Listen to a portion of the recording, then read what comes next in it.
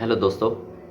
Machine patient से related complications. पिछली video में हमने आपको बताया था कि पेशेंट और डायलिसिस में को इचिंग होती है, ठीक है, और इचिंग होती है, पेशेंट को क्रैम्प्स भी आ जाते हैं, ठीक है।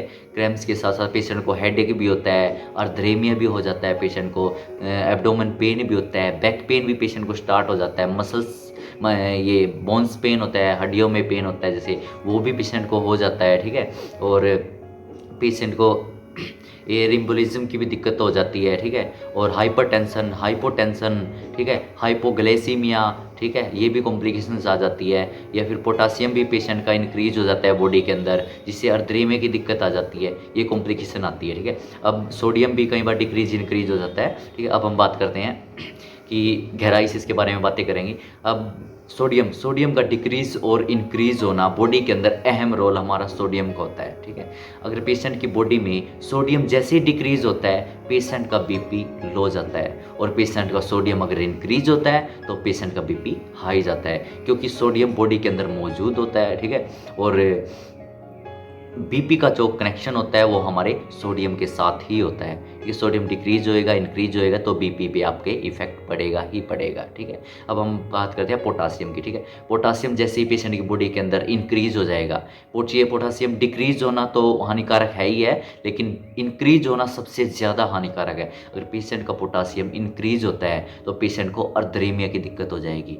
अर्थरेमिया में क्या होता है, पेशेंट का हार्ट है जो ऐसे फड़फड़ाने लग जाएगा, ठीक है। और हार्ट का फड़फड़ाना बॉडी के लिए लाभदायक नहीं है, वो बहुत ज़्यादा ही हानिकारक है। हार्ट बीट नॉर्मल से नॉर्मल होनी चाहिए, 60 से 100 के बीच में पेशेंट की हार्ट बीट होनी चाहिए। अगर पेशेंट का जो हार्ट बीट अगर इंक्रीज होएगी, 100 प्लस हार्ट बीट जाएगी, तो पेशेंट टैकीकार्डिया में चला जाएगा, और 60 से डिक्रीज जाएगी तो पेशेंट ब्रेडिकार्डिया में चला जाएगा, ठीक है। ये दोनों ही हमारे लिए बहुत हानिकारक चीज़ें हैं, इसलिए हार्ट को हमें मेंटेन रखना चाहिए। अगर हमारा पोटासियम मेंटेन होगा तो हार्ट पे इफेक्ट नहीं पड़ेगा, ठीक है। अब हम बात करते हैं फॉस्फोरस की, जो भी ब्लड के अंदर फॉस्फोरस पाया जाता है। ये सभी आयंस है जो ब्लड के अंदर पाए जाते हैं, उन सभी के बारे में आपको बता रहा हूँ। पेशेंट के बॉडी के अंदर फॉस्फोरस पाया जाता है। फॉस्फोरस अगर बॉडी के अंदर आपकी इंक्रीज होता है तो आपकी बॉडी में इचिंग स्टार्ट हो जाएगी, ठीक है। इचिंग बॉडी के अंदर हो जाएगी, क्योंकि फॉस्फोरस आपकी बॉडी में बड़ा हुआ होता है, जिसकी वजह से इचिंग स्टार्ट हो जाएगी। आपकी मसल्स में सभी जगह पे इचिंग, आपके फेस पे इचिंग, लेग में, ठीक है, हैंड्स पर, ठीक है, और प्राइवेट पार्ट्स पर, मतलब कहीं भी आपको इचिंग की प्रॉब्लम हो जाएगी। ये सिर्फ एक फॉस्फोरस का भी रीज़न होता है। या फिर आपको एलर्जी भी हो सकती है, ऐसा नहीं है कि ये फॉस्फोरस का रीज़न है, आपको एलर्जी भी हो सकती है, ठीक है। तो उसके लिए आप सबसे पहले तो, अगर आप किडनी के सीकेडी पेशेंट है, किडनी के एक या ये सीकेडी अगर आप पेशेंट है, ठीक है, तो आप सबसे पहले अपनी केएफटी करवाइएगा। केएफटी के अंदर इलेक्ट्रोलाइट्स भी आपके आ जाएंगे, ठीक है। इलेक्ट्रोलाइट्स में आप देख सकते हैं, अगर पोटासियम या फॉस्फोरस अगर आपका बढ़ा हुआ है तो आप फॉस्फोरस की मेडिसिन लीजिए, आपकी एलर्जी ठीक हो जाएगी, ठीक है। अगर खुदा न खास्ते अगर आपकी एलर्जी ठीक नहीं होती है तो आप डर्माटोलॉजिस्ट, जो स्किन के डॉक्टर होते हैं, आप उनको दिखाइए, वो आपको मेडिसिन देंगे, उससे आप ठीक हो जाएंगे, ठीक है। अब बात करते हैं नोजिया की, ठीक है। पेशेंट्स को नोजिया क्यों होता है? नोजिया होता है मन कच्चा होना, ठीक है। ये मन कच्चा किसी भी बीमारी में हो जाता है, जरूरी नहीं है कॉमनली है डायलिसिस पेशेंट को ही होता है, ये किसी भी बीमारी में मन कच्चा हो सकता है। प्रेगनेंसी में ही मन कच्चा होता है पेशेंट्स का, ठीक है। और पेशेंट को मतलब अगर ब्रेन में कोई चोट लगी है तो भी, ठीक है, स्टमक में कोई दिक्कत है तो भी, एसिडिटी बनी हुई है तो भी, हार्ट की दिक्कत तो भी, नोजिया वोमिटिंग इस कॉमन चीज़ें हैं, ठीक है। ये कॉमनली कॉम्प्लिकेशंस आ सकती है, किसी भी उसमें आ सकती है। ऐसा ही डायलिसिस में भी आती है नोजिया और वोमिटिंग, ठीक है। पेशेंट को कोई कई बार रिएक्शंस हो जाता है, या कुछ इंजेक्शंस ऐसे होते हैं जो प्रोटोकॉल्स के हिसाब से देने होते हैं, और कुछ से ऐसे ही डायरेक्ट उसको यूज़ कर देते हैं, तो पेशेंट को हानि, उस चीज़ की बहुत ज़्यादा ही हानि पहुँचती है, ठीक है। अब हम बात करते हैं हेडेक। हेडेक पेशेंट को क्यों होता है? हेडेक, हाइपरटेंशन, पेशेंट हाइपरटेंशन में जाता है तो पेशेंट को हेडेक होता है, ठीक है। पेशेंट का अगर बीपी लो होता है, ठीक है, पेशेंट को थोड़ा बहुत हेडेक तो उसमें भी होएगा, बीपी लो होएगा पेशेंट का, हेडेक उसमें भी होएगा, हेडेक भी होएगा पेशेंट को, ठीक है। और उसके साथ साथ उसको घबराहट भी आएगी और चक्कर भी आएंगे, ठीक है। उसके लिए आप सबसे पहले आप भी अपना बीपी चेक करवाइएगा। बीपी चेक करवाने के साथ साथ आप अपनी मेडिसिन लीजिए, हेडेक आपका ठीक हो जाएगा, ठीक है। अब हम बात करते हैं फीवर की। फीवर कैसे होता है? पेशेंट को फीवर हो जाता है, पेशेंट को इन्फेक्शंस हो जाता है। फीवर एक ऐसी चीज़ है जो हमें ये बताता है कि आपकी बॉडी के अंदर कोई प्रॉब्लम्स है, मतलब कोई प्रॉब्लम आने वाली है, ठीक है।